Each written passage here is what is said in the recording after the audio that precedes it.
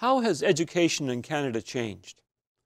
Are the youth of today better equipped to face the challenges of society, or are progressive learning techniques detrimental to our nation?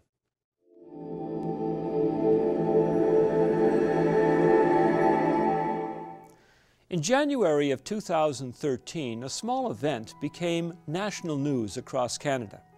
Professor Judith Adler at Memorial University of Newfoundland had grown concerned that many of her students might be lacking awareness of geography that would enable them to comprehend course issues about global cultural traditions. She gave her students a quiz consisting of a blank map of the world with instructions to indicate where places and features such as Africa, Europe, Great Britain, and the Atlantic Ocean were.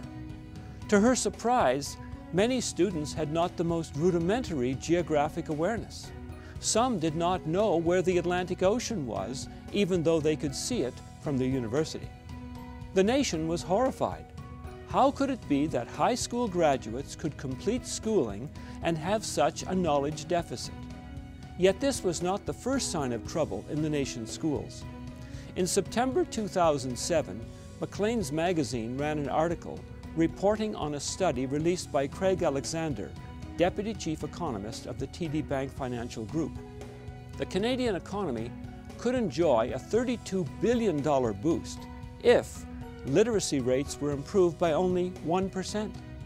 It represents an extraordinary drain in our economy. What is really disappointing is that there has not been any significant improvement in literacy since the 1970s, said Alexander.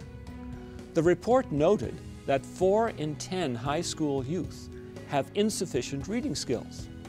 We need to make sure that every single person that gets a high school diploma is literate.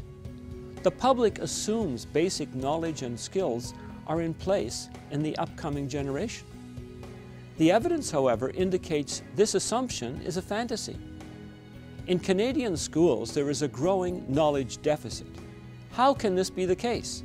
Canada is one of the world's richest countries with a well-established and very well-funded education system and a tradition of scholarship. Many excuse the present problems in education as a result of poverty and a host of other social maladies. But in the early part of the 20th century, Canadian schools, indeed schools throughout the Western world, were educating large numbers of poor students, many of whom became extremely successful both in a financial and scholastic sense. The problem is not money or poverty. History shows throwing more money at education does not create better results.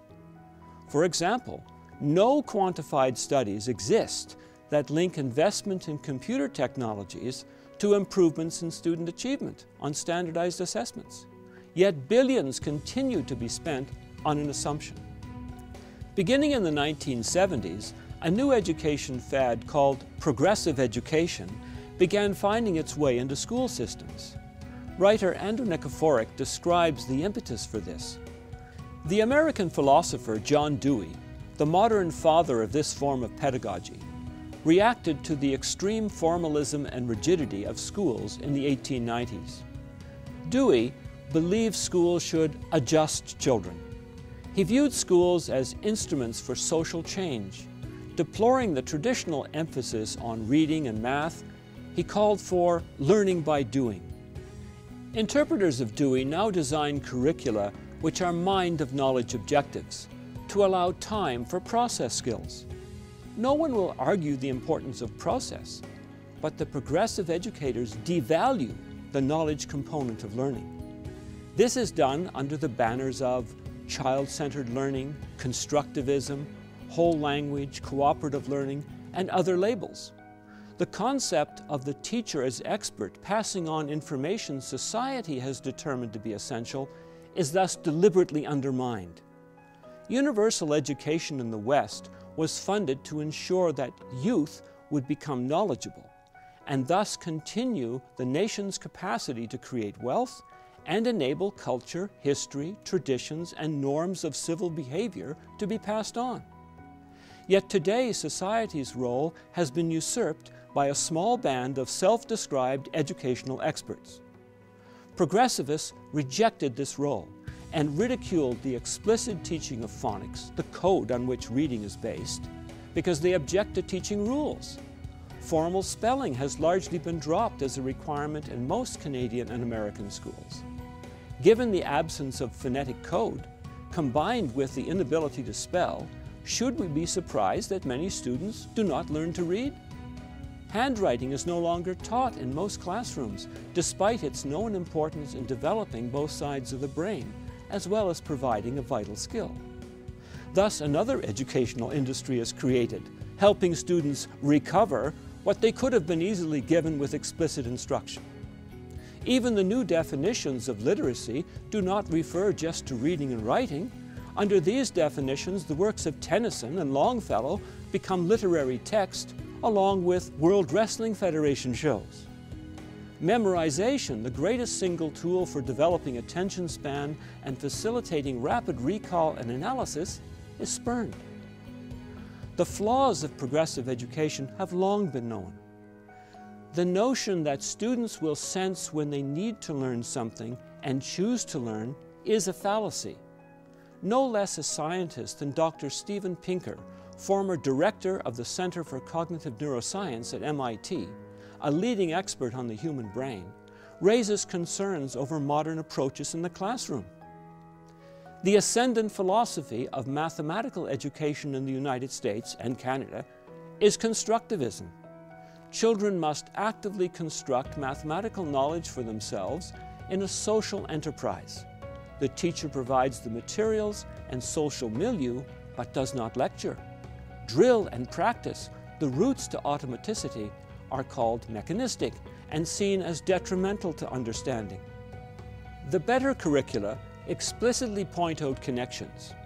Mastery of mathematics is deeply satisfying, but it is a reward for hard work that is not itself always pleasurable. Without the esteem for hard-won mathematical skills, the mastery is unlikely to blossom. Sadly, the same story is being played out in reading instruction. Old-fashioned practice at connecting letters to sounds is replaced by immersion in a text-rich social environment, and children don't learn to read. Modern Western education is on a path to render its youth unable to compete on a global scale. When well-educated graduates of those nations come to the West, their multilingual ability and superior knowledge base will see them rise higher and higher, and those educated here will fall lower and lower. This is eerily similar to an ancient prediction made 3,400 years ago in Deuteronomy 28, verse 43. Caring parents now need to augment children's education, helping them to know history, geography, and good literature. The war against knowledge and traditional Western culture in our schools reveals another threat. As reading ability falls, books which hold the cultural heritage of the Western world will fall into disuse. This includes the inevitable loss of the histories and stories of the Bible, the foundation of Western cultural thought. Perhaps it is time that parents, and indeed all those who will be impacted by the de-education of our children, demand that education no longer be the preserve of the extreme far left, to experiment with our most precious resource and the future of our country. I'm Stuart Vahavich for Tomorrow's World Viewpoint. To subscribe to our channel, click here. To access articles, telecasts and booklets from Tomorrow's World, visit our website at twcanada.org. Does the school system favor girls over boys? Is there evidence to suggest that it does? And if so, what are the ramifications?